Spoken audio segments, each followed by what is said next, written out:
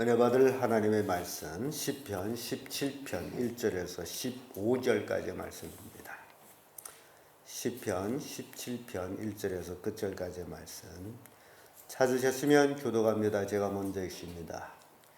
여호와여 정직함을 들으소서. 나의 부르짖음에 주의하소서. 거짓되지 않은 입술에서 나오는 내 기도에 귀를 기울이소서. 나의 나를 주 앞에서 내시며 내 눈으로 불쌍을 살피소서. 주께서 내 마음을 시험하시고 밤에 나를 권고하시며 나를 감찰하셨으나 흠을 찾지 못하셨으니 내가 결심하고 입으로 범죄치 아니하리이다. 사람이 행사로 논하면 나는 주의 말씀을 찾아 스스로 삼가서 당한 바에게 행치 아니하였으나 나의 걸음이 주의 길을 굳게 지키고 실족치 아니하였나이다.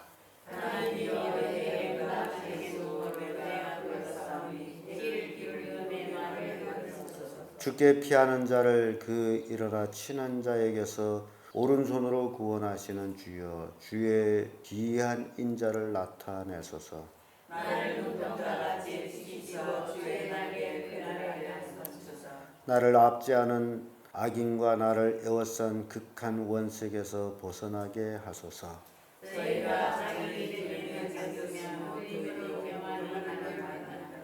이제 우리의 걸어가는 것을 저희가 에워싸며 주목하고 땅에 넘어뜨리려 하나이다.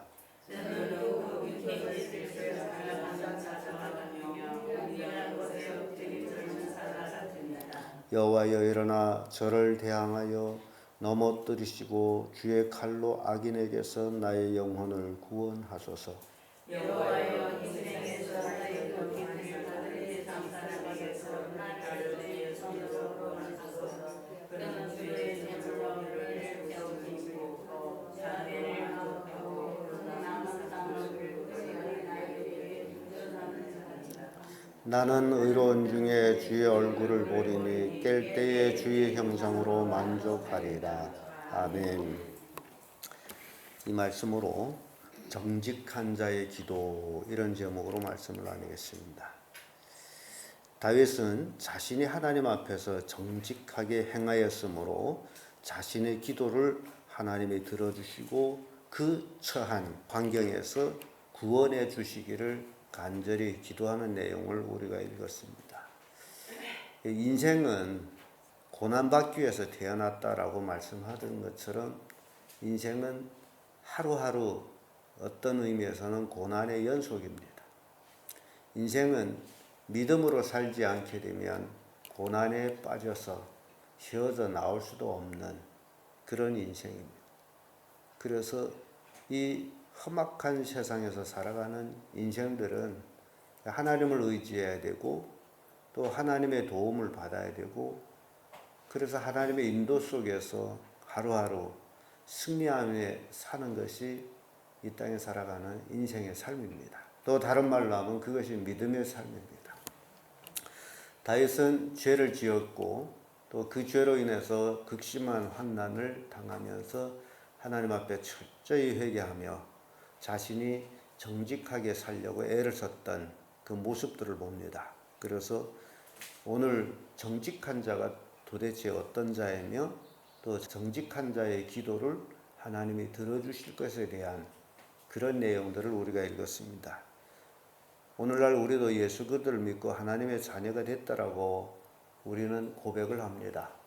그렇다면 참으로 우리도 다윗이 자신이 정직한 자의 그 삶을 산 것처럼 우리도 이 땅에 살아가는 동안에 정직한 자들이 되어야 된다라는 것을 교훈합니다. 그러면 다윗이 그 정직이 어디에 있었느냐? 그 첫째가 입술을 지키는 데부터 시작이 됩니다. 1절에서 3절의 말씀 보면 여호와여 정직함을 들으소서. 나의 부르짖음에 주의하소서. 거짓되지 않는 입술에서 나오는 내 기도에 귀를 기울이소서. 지금 다윗은 지금 자기 입술에서 거짓되지 않은 자기 입술에서 나오는 그 기도에 하나님이 귀를 기울여 주시고 들어주시기를 원하는 그런 기도를 하고 있습니다. 그래서 2절에 보면 나의 판단을 주 앞에서 내시며 주의 눈은 공평함을 살피소서. 주는 늘 공의로우신 분입니다. 그래서 우리가 주 앞에서 어떻게 사느냐가 굉장히 중요하죠. 우리 인간이 이제 약점이 하나 있습니다. 그 약점은 그동안 자기가 어떻게 살아왔는지에 대한 것에 대한 이즘, 그게 약점입니다. 자기가 어떻게 살아왔는지에 대해서는 다 잊고 있습니다. 그리고 참 재밌는 것은 기억하는 게 하나 있어요. 그게 뭐냐? 자기 잘한 것만. 그래서 늘 과거에 자기 잘한 것을 자랑합니다. 이게 인간의 약점 같아요. 우리가 이 땅에 살아가면서 우리가 어떻게 살았느냐에 달려가지고 그 삶의 열매를 먹고 있습니다. 우리는 착각할 때가 굉장히 많아요. 예수만 믿으면 만사 오케이라고 생각할 때가 있습니다. 그런데 우리의 삶이 어떤 삶이었느냐? 예수 믿게 되면 믿음의 삶, 거듭난 삶, 그런 삶을 살았느냐? 아니면 아직도 입으로만 예수 믿고 거듭나지 못한 삶을 살았느냐? 다윗의 말대로 하면 정직한 삶을 살았느냐라는 거죠. 다윗이 지금 그 입을 지킴으로 정직의 삶을 이제 보여주는데, 이 입, 내 입, 우리가 인생 살아가면서 얼마나 많은 말들을 합니까? 굉장히 많은 말들을 해요. 근데 그 말들이 정말 정직한 말이었느냐? 제가 가끔 우리 성도님들이 말하는 걸 툭툭 들어보면요, 굉장히 불신앙의 말을 합니다. 그래서 인생은 말의 씨라고 생각하면 돼요. 그 말의 씨대로 되는 거예요. 근데 다윗은 자기 입을 지키겠다고, 하나님 앞에 입을 지키겠다. 그래서 부정한 말 안 하겠다는 거죠. 악한 말을 안 하겠다는 거죠. 이게 정직이라는 겁니다. 입이 나한테 붙었다 해서 나가는 대로 말하는 게 아니에요. 말의 열매를 먹기 때문에 말을 참 조심해야 됩니다. 그래서 3절에 보면 주께서 내 마음을 시험하시고 밤에 나를 권고하시며 나를 감찰하셨사오니 흠을 찾지 못하셨나니 내가 결심하고 입으로 범죄치 아니하리이다. 지금 다윗이 뭘로 범죄치 않는다는 거예요? 입으로 범죄치 않는다라고 얘기합니다. 하나님이 감찰하시고 교훈하시고, 하나님은 순간순간 우리와 함께 계시는 거예요. 우리가 이제 알지 못할 뿐이지. 그렇다면 내가 지금까지 살아오면서 내 입에서 나간 말들 기억합니까? 못합니까? 뭔 말을 했는지 기억을 못합니다. 근데 나는 기억 못하지만은 누구는 기억하고 있어요? 하나님은 기억하고 있어요. 여기에서 문제가 생기는 거예요. 그러니까 자기는 의롭다라고 생각하는데 이미 말로 의롭지 못한 삶을 기껏 살아와 가지고 하나님 앞에 자기가 의롭다라고 착각하고 있는 거예요. 하루 동안에 얼마나 많은 말들을 했을까? 그 말들 중에 부정한 말이 얼마나 많았을까? 남을 미워하거나 욕하거나 시기하거나 질투하거나 아무튼 등등등등 생각해 보세요. 단지 머릿속으로 스쳐 지나가는 것만 해도 하루에 3만 가지 생각이 지나간답니다. 그러면 말은 얼마나 많이 했을까? 다윗은 하나님 앞에 결심한 것이 입술로 죄를 짓지 않겠다라고 결심하고 있는 거예요. 그게 정직이라는 거예요. 우리의 성도들의 삶도 입술로 죄를 짓는 일이 없도록, 사람들은 행위로 죄를 짓지 않으면 죄가 아니라고 생각합니다. 입술의 죄도 있습니다. 시편 141편 3절에 여호와여 내 입 앞에 파수꾼을 세우시고 내 입술의 문을 지키소서. 성에다만 파수꾼을 세우는 게 아니라 내 입에도 파수꾼을 씌우소서. 내 입술의 문을 지키소서. 그러니 말이라는 게 얼마나 중요한 줄 알죠? 사람은 그 말로 인해서 복도 받고 화도 받는다. 그럼 하나님 믿는다라고 하나님 앞에 엄청 많은 기도를 부르짖으면서도 집에 돌아가서 말로 잘못해가지고 오히려 화를 자초하는 그런 말들은 없지 않나. 또 하나님 앞에 함부로 입을 찌끄려가지고 잘못된 기도를 드리는 것은 얼마나 있을까요? 등등 여러 가지 우리가 생각해봐요. 그래서 다윗은 내 입술 앞에 파수꾼을 세워가지고 내 입술의 문을 지키소서라고 기도합니다. 오히려 말을 많이 하는 것보다 침묵하는 것이 더 지혜롭다라고 성경 말씀합니다. 여러분들이 이제 말하는 것들을 들어보면 은혜로운 예배를 마치고 차에 앉아 돌아갈 때 차에서 하는 얘기를 들어보면 도무지 예배한 사람 같지를 않아요. 은혜 받은 사람 같지를 않아요. 예배는 하나의 형식이고 종교적인 행위예요. 은혜로운 말이 안 나와. 세상적인 것만 나와요. 그래서 다윗이 고백한 것은 여러분들도 하나님이여 내 입에 파수꾼을 씌워가지고 내 입술의 문을 지키소서라는 기도가 필요할 것 같아요.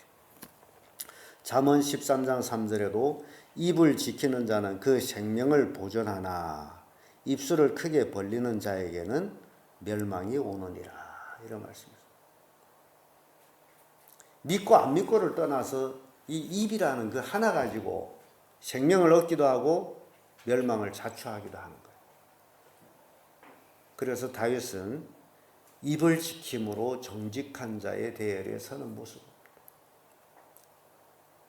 우리도 쓸데없는 말을 하지 말고 덕이 되고 은혜로운 말을 하는 그런 성도들이 되어야 됩니다. 두 번째로 정직한 자의 기도. 다윗이 정직한 자로서 기도를 하는 그 내용을 보면 걸음을 지킴으로, 이 걸음, 발걸음 4절에서 11절까지의 말씀인데 발이 나한테 붙었다 해서 가고 싶은 대로 가는 것이 옳으냐 아니냐라는 것을 살펴봅니다.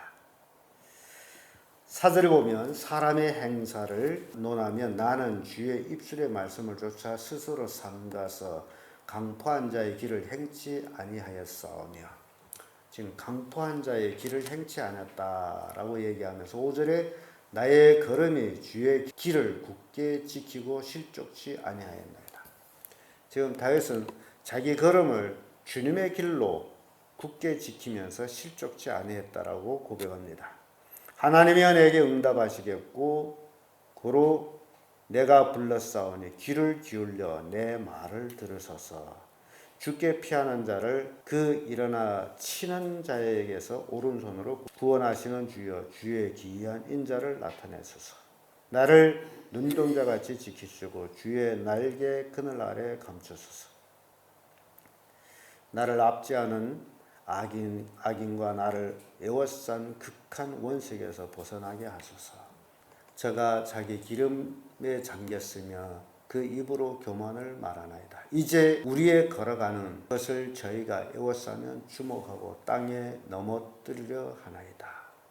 지금 이 걸음이 어디로 향해지느냐라는 것이 굉장히 중요한 거죠.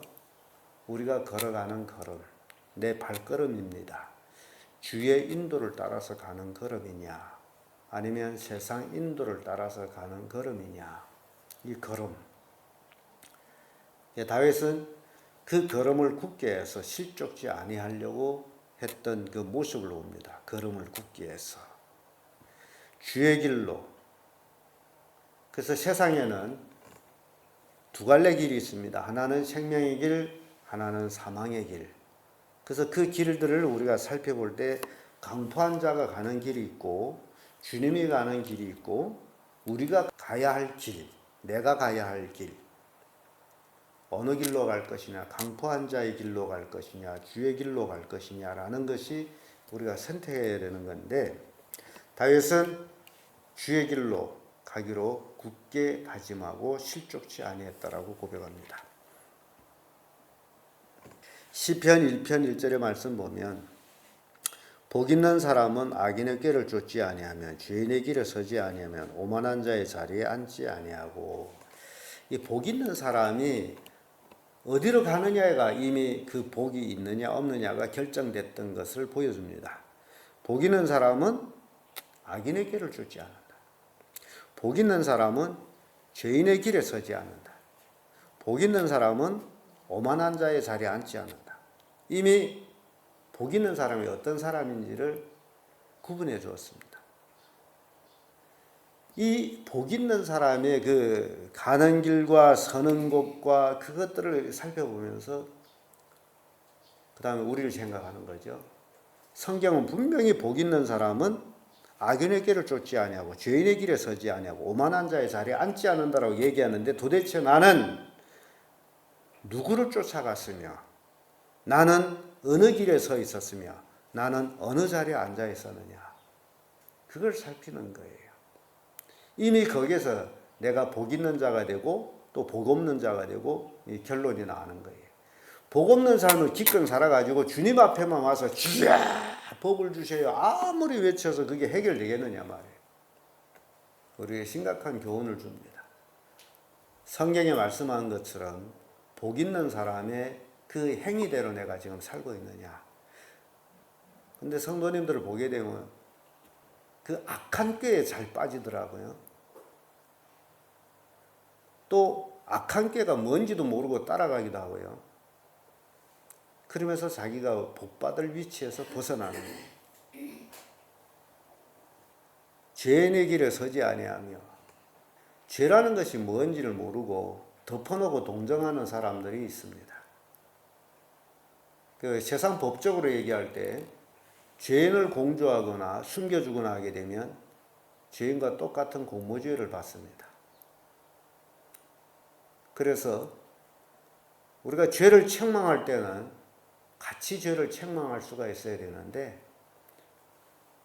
그래서 복 있는 사람은 이미 자기가 서 있는 위치 결정되어 있다라는 것을 보여주고 있습니다.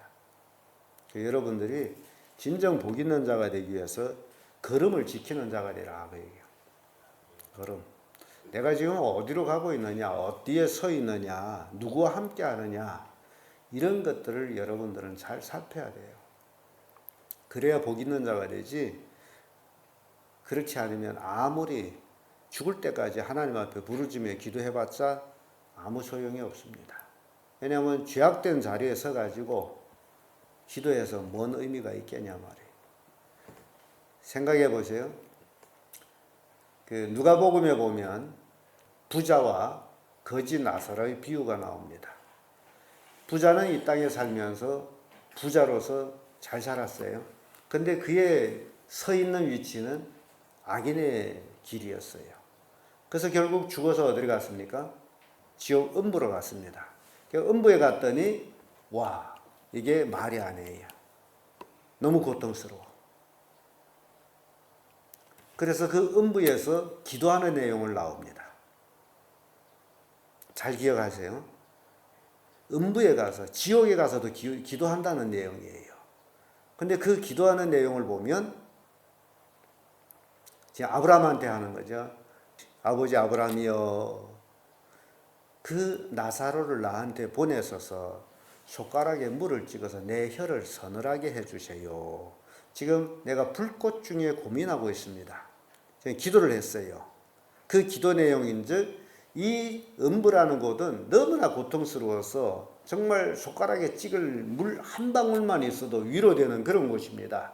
그래서 나사로를 보내가지고 큰 것도 요구를 안 했어요. 손가락에 찍는 물입니다. 근데 그 기도 응답이 옵니까? 안 오죠. 기도는 하는데 응답이 안 오죠. 이게 왜 그렇습니까?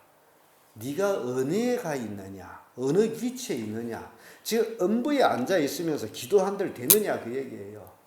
마찬가지로 우리가 신앙생활하면서 내가 서 있는 위치, 내가 가는 길, 도대체 이것이 하나님께 영광이 되는 위치냐, 그걸 여러분 생각하셔요. 그래야 기도의 응답이 있다라는 사실이에요. 그래서 복 있는 사람은 악인의 길을 쫓지 아니하고 죄인의 길에 서지 아니하고 오만한 자리에 앉지 않는 그런 사람이 복 있는 사람이고, 그런 사람이 기도할 때 응답이 되는 것이지, 이렇게 악인의 꾀를 쫓고 죄인의 길에 서고 오만한 자리에 앉아 있으면서 주야 뭐 해주세요 안 된다라는 거예요. 그걸 여러분들 깨닫기를 바랍니다. 성경은 이미 다 우리에게 이렇게 말씀을 주고 있습니다. 시편 25편 4절에 여호와여 주의 도를 내게 보이시고 주의 길로 가르치소서.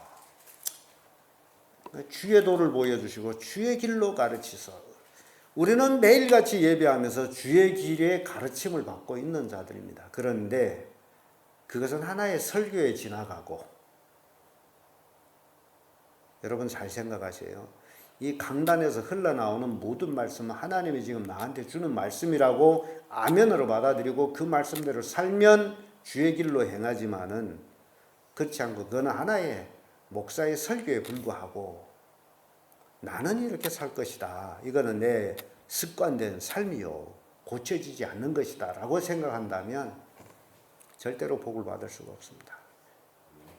변화가 안 되는데, 하나님의 말씀이 아무 능력이 없는데, 하나님 말씀은 능력이 있는 말씀인데 좌우의 날성검처럼 예리하여서 관절과 골수를 쪼개는데 내 옹부러진 마음을 쪼개지 못하는 말씀이라면 그건 하나님의 말씀이 아닌 거예요. 우리는 하나님의 말씀에 찔림 받아가지고 쥐약덩어리, 암덩어리 같은 그 쥐약덩어리가 그 예리한 검 속에서 쪼개지고 다 쫓겨나가 버려야 돼. 잠언 16장 9절에 사람이 마음으로 자기 길을 기억할지라도 그 걸음을 인도하신 자는 여호와시니라. 우리의 걸음을 하나님이 인도하시도록 맡기는 삶을 살아요. 내가 걸어가는가 아니라 하나님이 인도하시도록. 그래서 어떤 길은 사람 보기에는 바르나 필경은 사망의 길이니라고 말씀합니다. 내 눈으로 보는 게 아니라 하나님의 영의 눈으로 내가 가는 길을 볼 수가 있어요. 그래서 다윗은 자기 걸음을 지킴으로 죄악된 걸음을 걷지 않기로 다짐한 그 다윗의 모습을 봅니다. 그래야 정직한 자가 되는 거예요. 잘못된 걸음을 걷게 되면 정직한 자가 될 수가 없습니다. 그래서 예수님은 발이 죄를 지으면 어찌라 그러죠? 찍어내라 그래요. 찍어버리라. 손이 범죄하면 찍어버리라. 눈이 범죄하면 빼버리라. 우리 발이 어디로 가고 있느냐, 내 손이 뭘 하고 있느냐 등등, 내 눈이 뭘 보느냐. 이제 굉장히 중요한 얘기 끝으로 눈을 지킴으로예요. 12절에서 15절의 말씀이에요. 뭘 보느냐는 거죠. 12절에서 15절까지의 말씀을 보면 15절에 이런 말씀이 있습니다. 나는 의로운 중에 주의 얼굴을 보리니 깰 때에 주의 형상으로 만족하리다. 이런 말씀이 나오죠. 뭘 본다 그러죠? 주의 얼굴을 본다 그러죠. 그러니까 우리가 무엇을 보느냐가 굉장히 중요합니다. 보는 것이 이 인간이 눈으로 보는데 그것이 직접적으로 뇌에 영향을 주고 있습니다. 눈으로 본 것이 뇌의 그림으로 남아 있습니다. 눈으로 보는 자체가 그림이기 때문에 뇌에 그 그림이 남아있어요. 간단하게 예를 들면 우리가 텔레비전 드라마를 본다. 그러면 드라마를 본 그 내용이 뇌에 한동안 저장되어 있습니다. 그 저장된 내용대로 그것이 옳다라고 생각합니다. 정말 무섭습니다. 그래서 무엇을 보느냐에 달려가지고 인생의 그 삶이 주어지는 거예요. 거짓을 계속 보고 나면 그 삶이 뭐가 될까요? 거짓이 됩니다. 왜냐하면 사람은 모방성이 굉장히 강합니다. 모방성. 이건 어린애나 노인이나 똑같아요. 다른 사람이 무엇을 모방하는 거예요. 쉽게 얘기하면 노인들이 옷을 입는 거 보세요. 거의 어떤 옷을 입어요? 젊은이들과 같습니까? 같아요? 틀려요? 틀리죠? 왜냐하면 노인끼리 스스로 모방성을 해가지고 아무개 놓친 입은 옷이 참 이쁘다. 그런 옷들을 젊은이들 주게 되면 입지도 않습니다. 근데 자기가 보기에 이쁜 거예요. 좋은 거예요. 그게 모방성이에요. 끼리끼리. 청년들은 청년끼리 모방하고. 그래서 우리가 무엇을 보느냐가 이렇게 중요하다는 겁니다. 그러니까 내 눈이 무엇만 봐야 돼요? 하나님을 바라봐요. 그래서 우리의 모방성은 예수 그리스도를 모방하는 삶을 살아요. 세상을 모방하는 게 아니라 예수 그리스도를 모방하는. 그래서 다윗은 깰 때에 주의 형상으로 만족하리라라고. 왜냐하면 늘 그것만 보고 있기 때문에 그렇게 된다라는 거예요. 주의 얼굴만 보게 되면 주의 형상을 입는다라는 거죠. 이게 바라봄에 이루어지는 거예요. 우리는 늘 부부를 얼굴이 비슷하게 생겼다라고 얘기합니다. 근데 그거는 왜 그러냐? 본래 남남이에요. 혈통이 달라요. 근데 같이 오래 사다 보니 서로 마주보기 때문에 닮아가는 거예요. 그래서 부부가 얼굴이 비슷해지는 거예요. 보는 대로 되기 때문에. 이해가 됩니까? 보는 대로 되는 거예요. 그래서 무엇을 보느냐가 중요한데 다윗은 그 정직이라는 그 내용 속에서 내 눈은 하나님만 볼 것입니다 라는 거예요. 12절의 말씀 보면 저는 그 움킨 것을 찢으려 하는 사자 같으며 은밀한 곳에 엎드린 젊은 사자 같은. 세상 사람들은 남을 해하려고 하는 그 모습이 눈에 보이는데 그것만 보게 되면 자기도 모름지기에 남을 해하는 일에 동조하게 된다는 겁니다. 그리고 14절의 말씀 보면 여호와여 금생에서 저희 뿜깃을 받은 세상 사람에게서 나를 주의 손으로 구하소서. 그는 주의 제물로 배를 채우심을 입고 자녀로 만족하고 그 남은 산업을 그 어린 아이들에게 유전하는 자이니라. 자, 세상 사람들, 금세에 살아가는 세상 사람들은 어떻게 하느냐? 하나님의 주신 물질을 받아가지고 그 재물을 배를 채우고 그 재물을 자녀들한테 유산으로 주려고 하는 그 모습. 이게 세상 사람들이 하는 일이에요. 제가 어쩌나게도 설교 중에 말씀을 드렸습니다만 자식들을 시집장가 보냈는데 뭐하려 또 자식을 위해서 돈 벌어서 주겠다고 하는 그 어리석음을 사느냐. 이 세상 사람들은 오로지 돈을 자기 배와 자기 자녀들에게요. 14절 여러분 잘 읽어보세요. 그 남은 산업을 그 어린 아이들에게 유전하는 자니이다. 아마 손주가 이쁘면 모든 걸 손주를 주고 싶겠죠. 근데 이게 세상 사람들이 하는 것이다. 그 얘기예요. 14절 말씀은 여호와여 금생에서 저희 뿜깃을 받은 세상 사람들에게서 이렇게 딱 지금 살면서 이 금생에 사는 세상 사람들이 하나님의 주신 물질의 복을 받아가지고 자기 배를 채우고 그 물질을 자기 자손들에게 유전으로 주려고 하는 것이 세상 사람이다. 그러나 15절의 다윗은 나는 의로운 중에 주의 얼굴을 보리니. 다윗은 그런 삶을 사는 게 아니라 오로지 주를 바라보며 주의 얼굴을 바라보며 깰 때의 주의 형상으로 만족하여 내 재산을 자식들한테 주는 것으로 만족이 아니라 깰 때의 주의 형상으로 만족하리라. 여러분 줄 것도 없겠지만은 그러나 좋은 게 생기게 되면 막 손주를 주려고 자식을 주려고 이런 어리석임에서 벗어나라고 해요. 잠언 11장 4절의 말씀 보면 재물은 진노하신 날에 무익하나 의리는 죽음을 명쾌하느니라. 재물이라는 것은 죽는 날에 무익한 거예요. 아무 의미가 없습니다. 로마서 8장 24절에도 우리가 소망으로 구원을 얻었으며 보이는 소망이 소망이 아니니 보이는 것을 누가 바라리요. 세상 사람들이 바라보는 모든 것이 소망이 아니에요. 그것이 소망이 아니에요. 우리는 눈에 보이지 않는 소망을 바라보는 자들입니다. 그래서 마태복음 13장 16절에는 너의 눈은 봄으로 너의 귀는 들음으로 복이 있도다. 예수님이 제자들에게 하신 말씀이에요. 우리가 무엇을 보고 무엇을 듣느냐. 여기 예수님이 하신 말씀은 세상 것이 아니에요. 제자들은 예수 그리스도를 보고 하나님의 말씀을 들음으로 복 있는 자들이 됐더라. 오늘날도 우리에게 주는 교훈입니다. 우리가 누구를 봐야 돼요? 예수 그리스도를 보고 무엇을 들어야 됩니까? 하나님의 말씀을 들어야 돼요. 여러분들이 새벽에 나와서 듣는 말씀이 삶으로 옮겨지지 아니하면 하나님 말씀 되지 않습니다. 여러분들이 듣는 말씀이 삶으로 옮겨질 때에 능력의 하나님의 말씀이 됩니다. 그러면 그 말씀이 여러분들 책임지고 복을 주지만은 그거는 성경이 우리 가족 생활이 이렇게 굳어졌어. 뭐 그러면 방법 없는 거죠. 그래서 이 다윗이 정직한 자에 대해서 기도하는 그 모습들, 바로 입술을 지키는 거예요.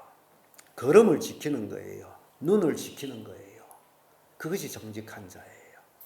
이걸 지키지 못하게 되면 정직하지를 못합니다. 그래서 저는 여러분들이 다윗과 같이 정직한 자에 대열에 서서 하나님께 간구한 모든 것이 기도한 대로 이루어지기를 예수님 이름으로 축복합니다.